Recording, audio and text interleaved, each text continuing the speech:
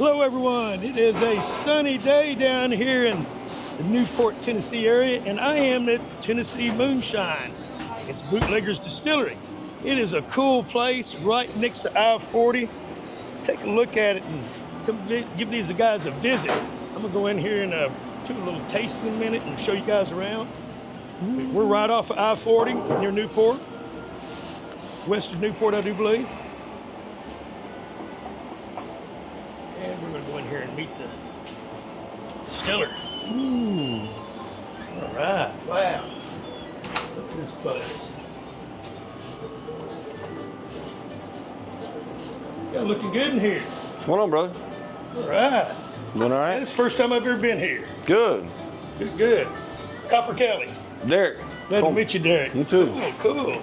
Let me give a little scan here of all your products and sure. Let's come up here and talk about your stuff. Oh my goodness, you do have all kinds of stuff in here, plenty of product. A little bit of a lot for a small little place. Yeah, oh, I like the hats. Yeah, that's sharp stuff. Too cool. All right, Derek, let's talk a little bit about what you're doing here, what you're making. Sure. What your goals are and stuff like that. Well, I've got 21 different selections. Right now, I think I've got like 19. I'm out of a couple different things, but you've got your shine. All the shine is going to be a base of my original mash bill. That original recipe is 100% corn.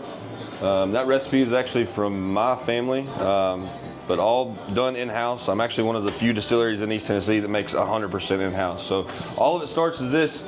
From that point, it's just your mixing or adding a fruit or a solid to, or aging, like your whiskey and bourbon. But all of it is a base of that.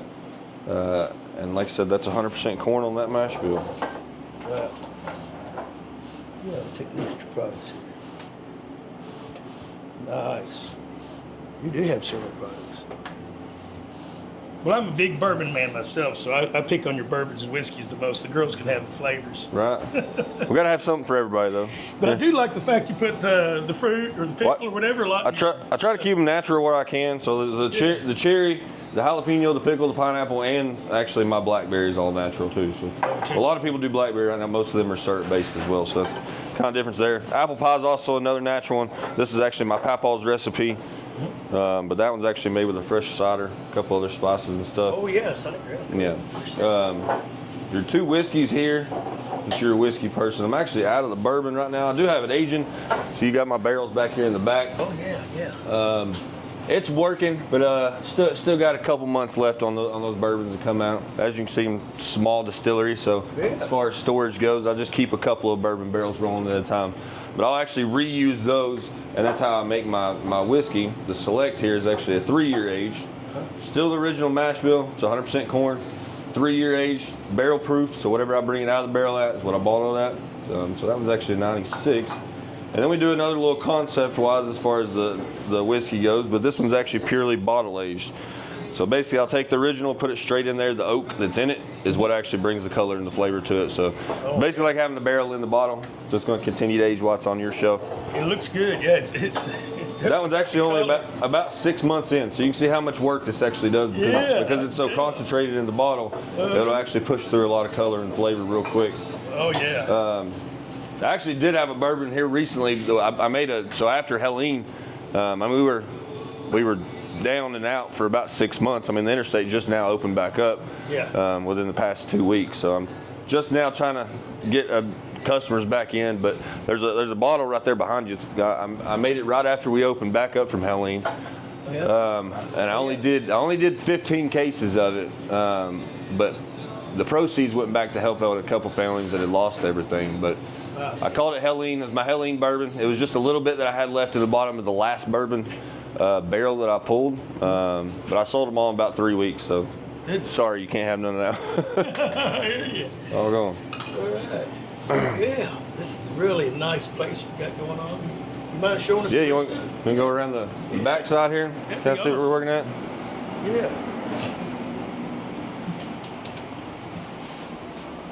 So you got the best employee in the whole world right here. This is Shannon. Yeah, Shannon was great when I came bottling a little rum. Professional bottler. So the rum's actually one of the only things that I ferment it different. So whereas the original recipe is corn, your rum is molasses. But that's really your coconut rum. Yeah. Oh, I just did a molasses run myself. And then typically during the summer, I mean, I'll have probably 3 or 4 of these tanks actually working, but this is your base. So I'll cook the corn and sugar up top.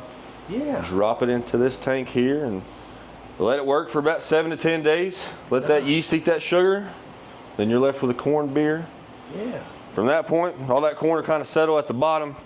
I'll take it outside and strain it. One of these solids actually inside the still. So I'll strain it a couple different times before I put it into this guy. Well, it smells good back here. I just got through cooking yesterday, so you're smelling a little wash on the back end. Oh, you got this from Cold Springs? Mm-hmm. I know you guys. Good work then. Yeah, so we got this one about 3.5, 4 years ago. Mm-hmm. When my dad designed it and actually built it. But this is a 230 gallon still. Nice. So it'll pretty much hold what I got in that tank back there. So we were trying to make it to where whatever I was pulling out, I could put in. But it's a stainless steel base and then copper flutes coming up through the top. Mm-hmm. Good looking still. But everything except for my rum and my fire, which is my 144 proof, will come off of the column still. Everything else would be a base of this right here and come from here. Yeah, he's one of the only other ones that TIG like I do. Yeah? We TIG all of our stuff. That's a TIG one It's right there. It's held up pretty good. Yeah. Except for this part for some reason. That always gives you Yeah.